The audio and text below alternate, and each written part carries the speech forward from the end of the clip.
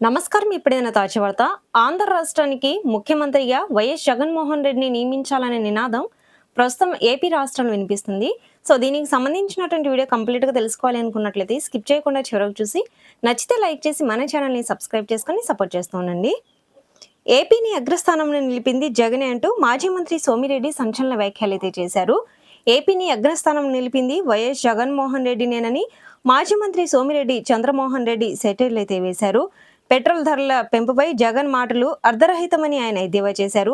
దేశంలో ఏపీలోనే పెట్రోల్ ధరలు ఎక్కువని వైసీపీ నేతలు మాట్లాడడం విడ్డూరంగా ఉందని విమర్శించారు.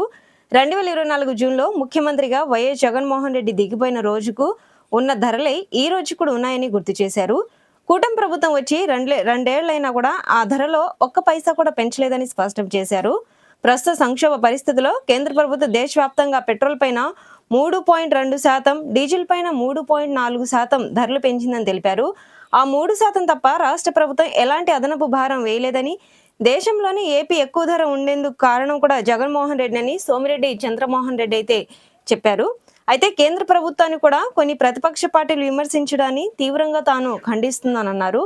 పశ్చిమాసియాలో జరుగుతున్న యుద్ధ ప్రభావంతో ప్రపంచ వ్యాప్తంగా ఆయిల్ సంక్షోభం నెలకొందని, ఒక దేశంలోనే గరిష్టంగా పెట్రోల్ పైన 89%, డీజిల్ పైన 112% వరకు ధరలైతే పెరిగాయని కూడా చెప్పారు.